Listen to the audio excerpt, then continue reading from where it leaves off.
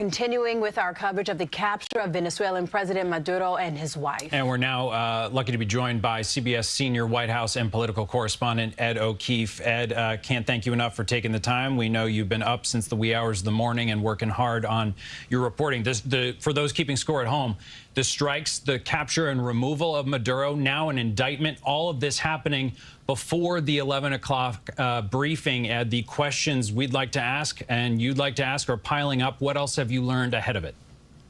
Well, the president said in the last hour that Maduro and his wife were taken by helicopter to the USS Iwo Jima, which is in the Caribbean. And then at some point he's coming to the New York area. It's unclear how he's getting off the Iwo Jima and then on to New York. But obviously a sign that in the view of the administration, at least, they went in, they got him, and they're moving him now into the U.S. judicial system.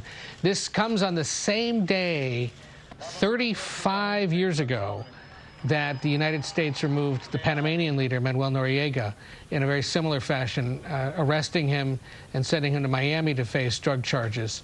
So in some respects, there's precedence for what we're seeing this morning. There's going to be a lot of questions, of course, about the legality, the constitutionality of what was done, and then the future U.S. engagement there. The president saying in an interview with Fox News this morning that, of course, the United States, for example, will have a role in the production and development of Venezuela's vast oil supplies, which has been one of the accusations that his critics have leveled against him, that this is just about oil and regime change. But the president will argue, and we've seen the Secretary of State this morning arguing on social media and through conversations he's had with some Republican lawmakers, that this isn't regime change necessarily because Maduro lost an election and there is an opposition government in waiting, ready to take over. So in essence, if anything, they were removing someone who was refusing to allow a change in government to face charges that he has been indicted on in this country for the last almost 6 years. So we'll see how they spin that argument, but certainly there is concern among Republicans and Democrats about the legality of this, the details, and what the plan is going forward. We've seen the Senate Majority Leader John Thune this morning, a Republican, say that while he supports this, he looks forward to more briefings later this week, which is a signal that the administration is going to have to provide more information. You've seen a handful of Republicans who initially expressed concern earlier this morning say they've heard from the Secretary of State and that they now get it. In essence, they understand that this was a decision to get him out of there with his wife to face these charges, that there was a national security risk given his alleged involvement in drug trafficking, and that the military operations are over. But there will be questions about, do you help prop up the next government? Do you provide them security? Do you have to go in and get other people out? How do you respond to the charges from countries including Brazil, France, Russia, and others this morning that this was illegal, that it violates global order, and that it potentially sets up a precedent for other leaders around the world to commit similar actions against other countries? What if Russia were to try something against Ukraine or China against Taiwan? Would the United States have the moral authority to say you can't do that if the United States has done what it did this morning in Venezuela? And Ed, I want to bring it back to that congressional angle. We know this was a U.S. law enforcement operation overnight. Are you expecting an explanation at the 11 a.m. briefing in terms of why the Trump administration felt they had the authority to remove Maduro without congressional approval?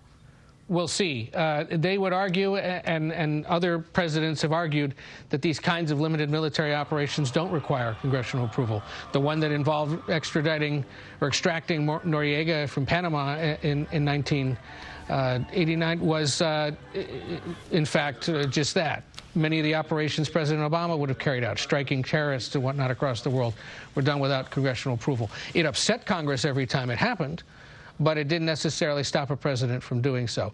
We've done polling at CBS in recent months that suggests vast majorities of the country are opposed to military operations in Venezuela, want more information from the president about why such operations are necessary, and overwhelmingly, Democrats and Republicans believe he does need to seek congressional approval. So we'll see to what extent he responds to this.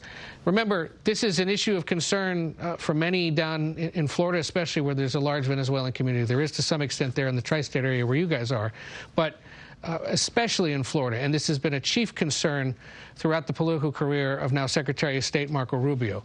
As a senator and as chairman of the Foreign Relations Committee, he was a strident critic of Maduro, and Hugo Chavez before him faced threats from the Venezuelan government that required he get extra security when he was a senator because of that.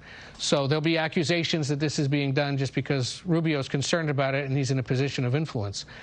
That may or may not be the case, but the president has said this has to do with concerns about the flow of illegal immigration from Venezuela towards the United States in recent years, and concerns about his involvement in cocaine, trafficking, and other illegal drugs.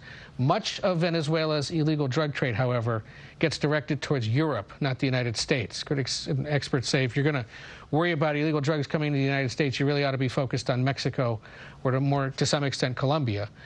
Either way, he will make that argument. Immigration, drugs, a guy who was violating election results in his own country, and the indictment that existed in New York. And we should point out, we're anticipating, because this is the Southern District of New York, that we may see him flown not to Kennedy or LaGuardia, but another airport or facility there in the either New York or Hudson Valley region. So keep an eye out for that later today, but unclear when exactly he's being moved from the Iwo Jima towards the New York area.